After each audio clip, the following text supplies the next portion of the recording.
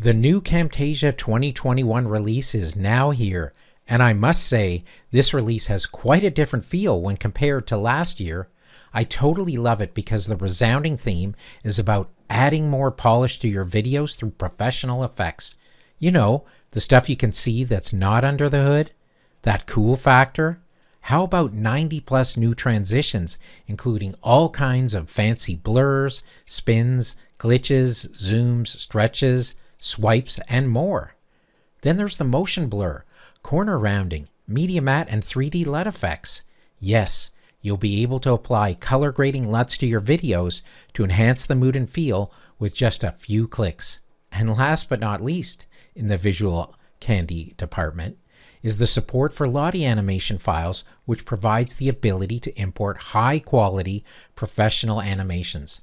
There's so much more creative potential provided in this release. And there's more. There's also a new audio effect called Emphasize, which is traditionally known as audio ducking. Wow, this effect is really easy to use and a big time saver because you don't need to mess with audio points in your editing. Also featured in the release are group tabs, auto quick properties, and the quick property editor, all to support your ability to create easily customizable assets for you and your team. And a big performance improver for our workflow is the introduction of Proxy video files to help reduce any delays and choppiness you experience when editing those larger, high-resolution files. And finally, I wanted to mention the Standalone Project feature, which will help you to better organize with your project files, making it easier for archiving, sharing, and collaborating. Yes, this video is a long one, but well worth your time because it's loaded with great practical examples to help you get off to a great start in using Camtasia 2021, whether you're a newbie or an experienced user. Let's dive in. It's been quite a long wait for us to get some exciting transitions to use in Camtasia. Before this release, there were around 30 transitions, and the last time we got an update, a few releases ago, there was one transition added, the whip spin, which was a great addition. Now, there are over 120. By my math, that's an additional 90 plus transitions. I must say, TechSmith really over-delivered on these. There are a lot of contemporary ones, and you're viewing a small sampling of them right now. There are 9 categories to explore, and there are a whole variety of zooms, blurs, fades, wipes, solids, spins, and other specialized transitions to choose from. This collection of transitions will help you add some great professional quality effects that add more polish to your videos.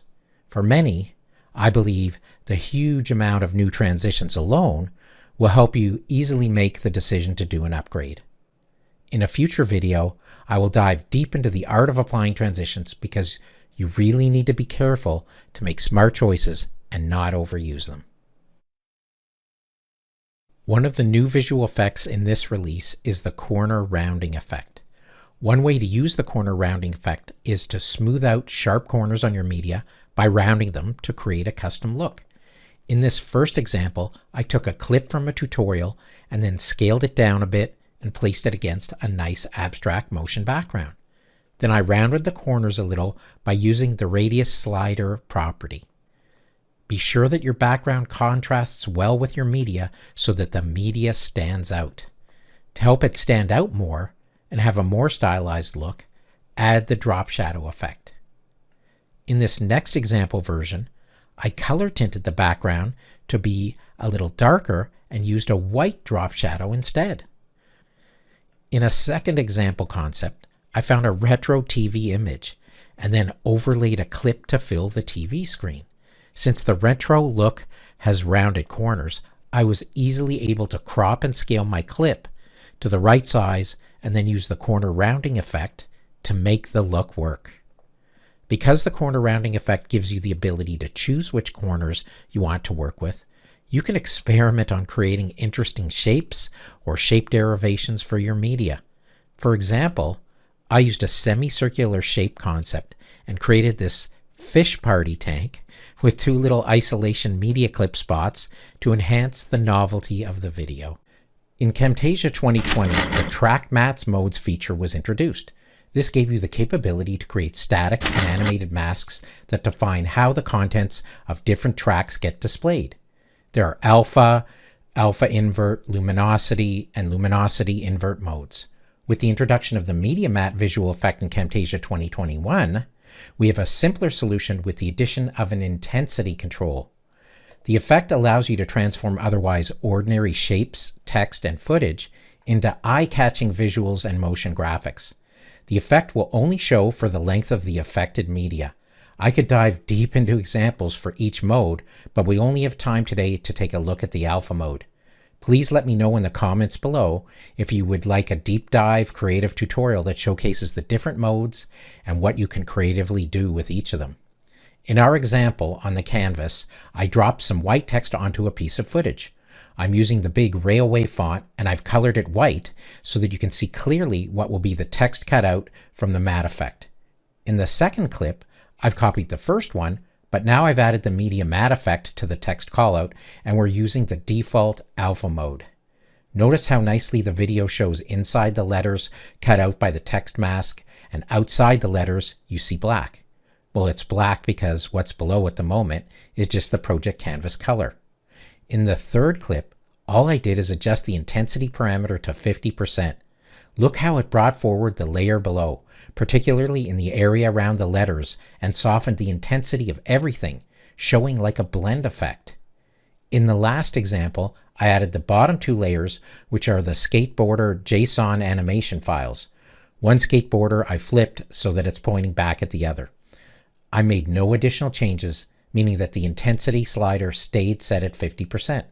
Notice how all the layers below the layer where the media matte was applied have an impact on the outcome of all that's displayed, thanks to the way the intensity feature blends things. I'm looking forward to doing more fancy creations with the media matte effect and track matte functionality. With the new 3D LUT visual effect in Camtasia, you can now quickly color grade your footage and change the entire mood and feel of your videos.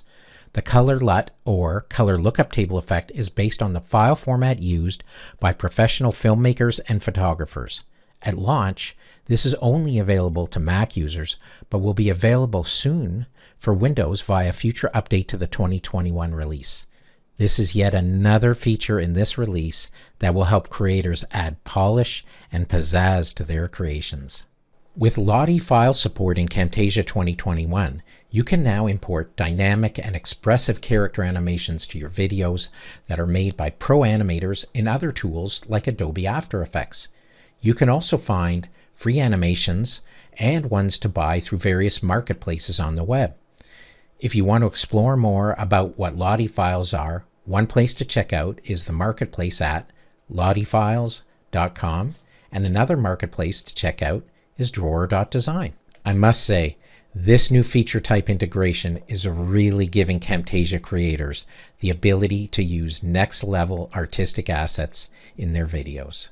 You now have the ability to toggle on or off individual effects tied to media clips. This is quite useful when you're using effects that interplay with each other and you want to see how an effect operates alone or in conjunction with other effects. For example, I often like to apply the color adjustments visual effect to tune the brightness, contrast, and saturation of B-roll clips to make them stand out. I'll then use the toggle to comparatively see how I've improved things. Next, I may want to add in the color tint and colorize visual effects to achieve a certain look. In this effort, I'm toggling the effects on or off as I tune how the effects interplay to produce different results. With the motion blur effect, you can instantly make your effects and movement feel smoother or more natural. Note that these changes are subtle and may not be so easily seen on a small mobile phone screen.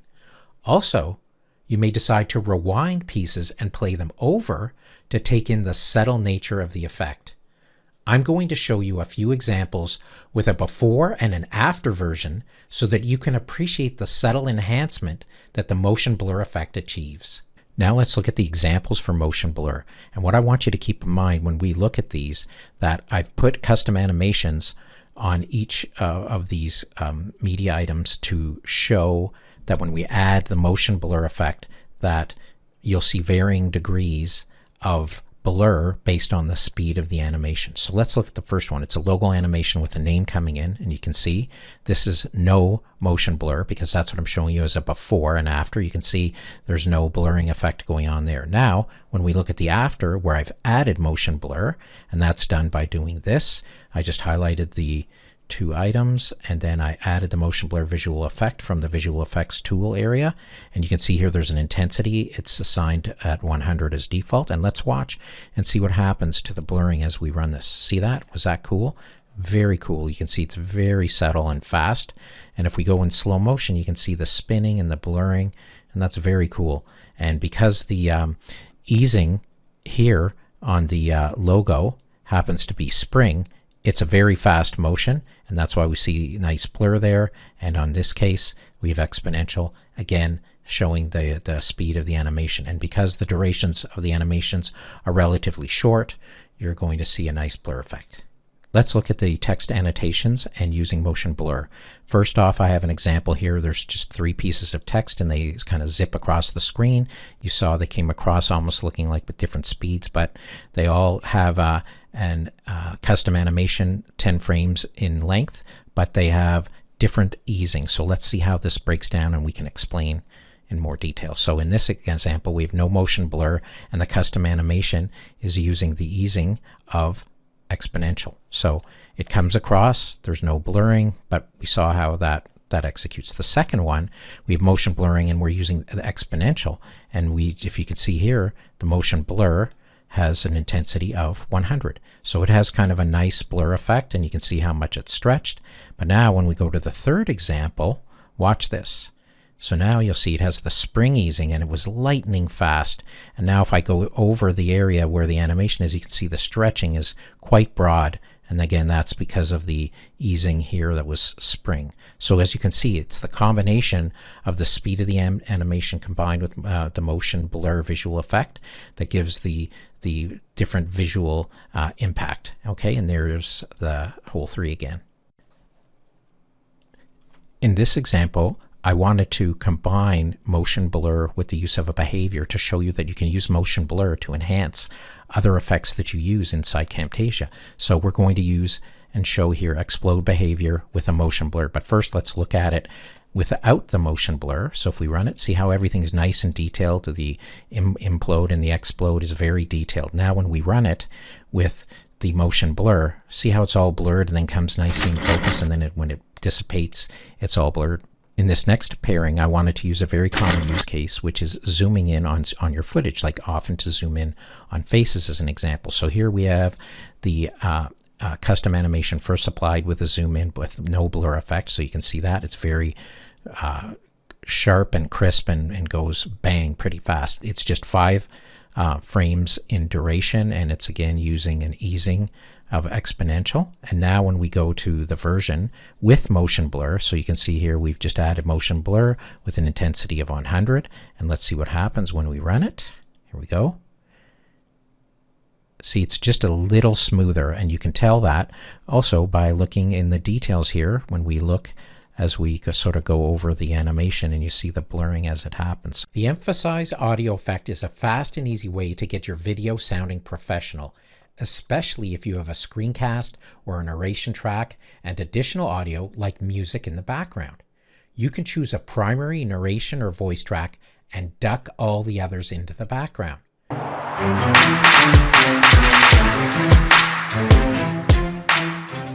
My life is flowing into a place where I can choose to live my life totally my way, rather than as a reflection of someone else's idea of how I should live.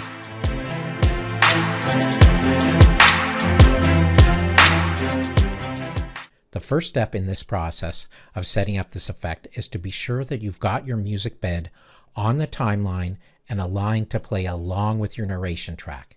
The music bed is commonly placed below the narration track. Next, apply the emphasize audio effect to the primary audio track you want to use, your narration clip. After that's set up, you can tune the emphasis of the narration track by adjusting the emphasize properties, including emphasis, ramp position, and ramp in and out timings. The emphasis parameter controls the relative volume of the narration track to the rest of the audio, which in this case is the music bed. An emphasis value of 0 means that there's no emphasis in play. In other words, the effect is doing nothing, and an emphasis value of 100 means that you will only hear the narration sound and no music. The default is 80%, and it reflects a nice balance so that you can hear the narration well above the music bed. If you want to raise the relative volume of the narration, then move the slider above 80%. Next, you can tune the ramp position. By default, the ramp position is set to outside. Outside means that ramp in and ramp out seconds apply outside of the narration track. This means ramping in before the narration and ramping out after the narration. The inside ramp position means that the ducking ramp in seconds will not start until the narration starts, and the ramp out seconds will start before the narration ends. And finally, the span ramp position means that the ramp in and ramp out seconds will straddle the start and end of the narration. Also notice the VU meter. If you click on the smaller VU meter, you'll get the larger vertical one to show on screen. Press the small one again and you toggle the larger one off. I really like the addition of this feature because I can see the VU scale and more accurately measure the sound level recordings and edit the volume if required. The red color means that your volume is too high and you're likely distorting or clipping the sound. Camtasia 2021 can now quickly pass audio narration back and forth between Camtasia and TechSmith's Audiate. This integration will help you to edit your audio, like editing text in a document, as well as improve the sound quality of your recording. There are features like EQ presets, these are effects that are over and above what your capabilities are in Camtasia. The group tabbed interface that has been on the Mac is now here for Windows. This new for Windows tab timeline grouping workflow helps to streamline and organize your groups. This is very helpful when you're working with more sophisticated assets you create that have multiple nested groups. We'll also see how the automatically created group assets work with the updatable Quick Properties and Quick Properties editor. For my example, I'm using one of my branded lower thirds. It sits on the timeline with no grouping applied and therefore no quick properties to see. Please note that some of the elements have the same color. For example, the title background and one of the accent colors, as well as the tagline and another accent color. Also notice that you have to navigate each text and shape annotation to make adjustments, and there's no groupings for the asset. At this level, you can click on each asset and change any of the annotation properties. If I want to change one of the colors, I need to find and go to each asset element that has that color and change it individually. Now shift focus to the second item on the timeline, where all I did was group the asset items. You can see the new Quick Properties tab was auto-populated with callout and text-generated items. There's one callout for each color used in my asset and one text item for each text annotation. If I use the Quick Properties to change from one color to another, all occurrences of that color are changed in one go. I can also easily edit the text elements in the asset because they're also accessible in the Quick Properties tab. The beauty of all of this is expanded control and customization with simplicity. It's simple and fast because you don't have to navigate to the annotation properties for each element to make the changes, and then go to the next element and repeat the same steps over. The Quick Properties tab involves just one stop to make the color and text changes for all the annotations. Now let's shift our focus to the third item on the timeline, where we can edit the Quick Properties through the Quick Properties editor so that we can take this to another level of clarity. Click on the Quick Properties editor icon in the top right area of the Quick Properties tab. You'll see how this is great for creating assets that you want to reuse and share. In the editor, you can see there are a number of options that will let you control how asset properties are exposed for easy control in the Quick Properties tab. For example, you can control label names, arrange list order, link similar asset elements together, for example callouts, and assign theme properties for colors and fonts. You can even add or remove properties in the editor, and they won't show in Quick Properties. Notice that the logo is sitting in the Available Properties section and therefore doesn't show. If you want to bring something back, under the Available Properties, just click on the green icon next to the object you want to add controls to and then save. Be sure that you save your changes before you leave the editor so that the changes get reflected in the Quick Properties tab. Now let's shift our focus to the fourth item on the timeline where I copied the previous example, but now I've created, that is nested, two groups inside. Notice how when you click on the text or shapes groups, you get their respective quick properties and not the whole set at once. The fifth item of focus is another asset, my wipe transition. This is the group result for my wipe transition. Notice the auto-generated quick properties with the generic labels. The sixth item is a rebranded result of my lower thirds version. Notice the different colors reflecting the Digital Slice Show brand. This creation was done very quickly. The shape colors and text along with the logo were changed on the Quick Properties tab. Once that was done, the updated branding for the Digital Slice lower thirds was completed. And finally, item 7 is the rebranded version of my wipe transition done for Digital Slice. So, note that quick properties are a great time saver for color and text changes, but they don't replace what might need to be done for more complicated things like animation tuning.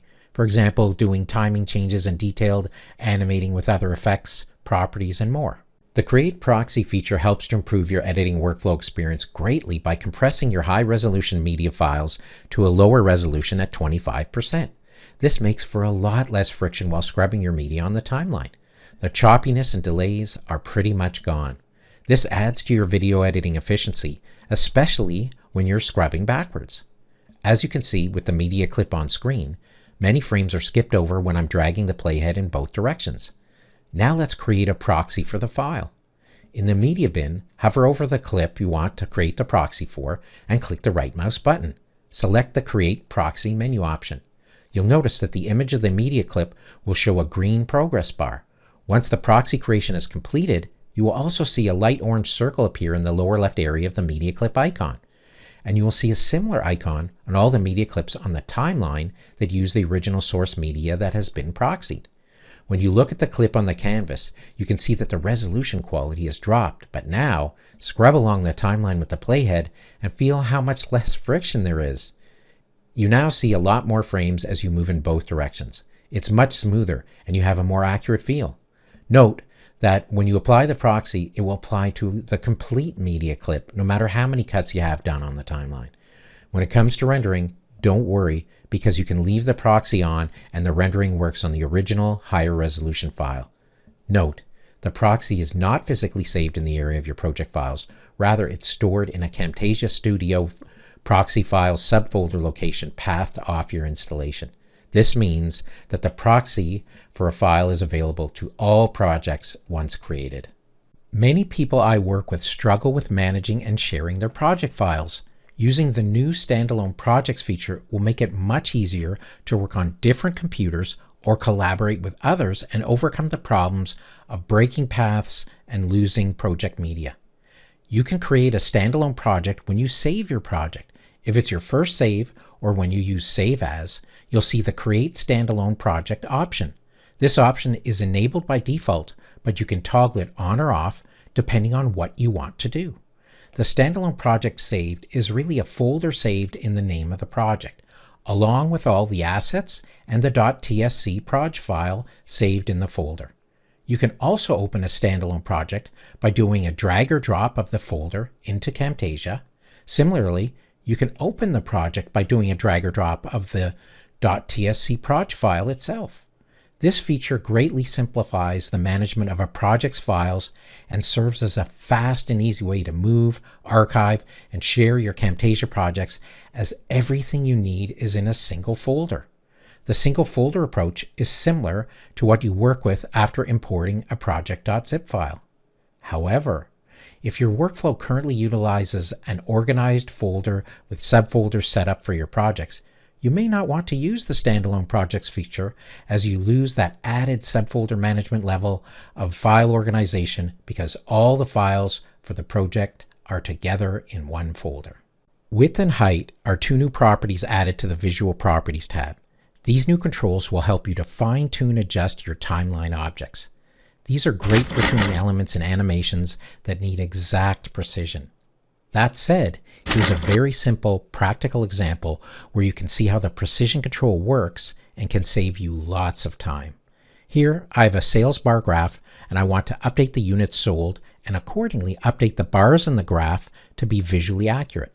In the previous version of Camtasia for Windows, this task was very tedious to do and a great struggle to achieve the visual accuracy I desired. Now, I just click on the sales group and update the amount fields in the Quick Properties tab to update my units sold. Next, to update the height of the bars in the graph, I open up the bars group to focus on making the height property value updates in the Visual Properties tab to reflect the units sold. After those numbers are updated, I just tweak the position of the bars on the canvas, and I also adjust the position of the unit labels. To me, it's not just about the precision. It's also about the time you save in setting up and updating your dimension details. When you're editing a complex project like my animated lower thirds here, you may want to focus in on one particular track because it's easier to access an element without disrupting what's surrounding it on the canvas. In my case, I want to edit the title and tagline text, but they're closely surrounded by the rectangular backdrop annotations. To ensure clean access and no disruption to the other elements, I just use the Enable Solo Track option on each text field. Go to the track label area, right-click, and select Enable Solo Track. Once I'm done, I use the Disable Solo Track option to make everything accessible again. If you've enabled multiple solo tracks, you will see that disabling one of them won't make all the other tracks accessible. Instead, only the track you disabled becomes accessible. To get all the tracks accessible in the scenario where you've solo enabled multiple tracks, use the Disable All Solo Tracks option. Another great situation where I can use this feature is when I do sound design in Camtasia. As you know, sound design means tinkering with many layers of tracks. In the event you want to test how certain sound effects and music play together, just isolate the tracks you desire with the Enable Solo Track feature. The 2021 launcher has a new look with larger icons and a little different layout. The Get Started tab features are now aligned across horizontally rather than the vertical alignment before. Everything here still looks familiar. The Learning tab, which is new, features two sections, Make Your First Video and Learn More. The Make Your First Video section features 6 tutorial icons that link to a variety of tutorials that covers learning the basics, and an additional link to get to more video tutorials. The Learn More section has a link to the Help articles, which is the Camtasia 2021 help page that features a bunch of help categories and links to articles.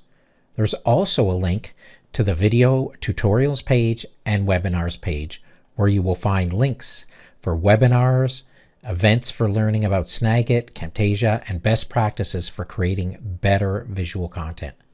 I think it's great that the launcher has such an easy, intuitive access to the teachings that TechSmith provides for Camtasia. The scope of their help documentation and tutorials available online has vastly grown over the last year. Finally, the Help tab is also new. It features quick access to the online help page, Camtasia Community Forum, Camtasia Technical Support, and a great page for keyboard shortcuts information. In Camtasia, before, there used to be an option to save custom colors in the color picker. Well, that's back now. See the My Colors section at the bottom of the color picker when you open. See how easy it is to add colors. You select one, press the plus sign, select another, and you'll see the little color swatches show on the bottom, and it's easy to delete as well. The recorder in Camtasia for Windows is a well-used component, and it's getting a refreshed look for 2021 that's modernized and streamlined. I especially like the big camera preview. What we see here is the Windows Recorder work-in-progress version that is planned to have a significant update very soon in the first maintenance update release. So you can use it with the limitations at release time, or you have the option to continue using the legacy Camtasia recorder in the meantime. Wow, there you have it, a walkthrough with demonstrations of many of the great new features in Camtasia 2021. And remember to keep an eye out for my future tutorials to come. For those of you who currently have the TechSmith maintenance plan, Camtasia 2021 is a free upgrade. For the rest of you, maybe it's time to dive into an upgrade and enjoy all the great new features and productivity gains to be had. And if you're new to Camtasia, there's no time like the present to enjoy the awesome power of this video recording and video editing software. Thanks, and I'll see you in another video soon.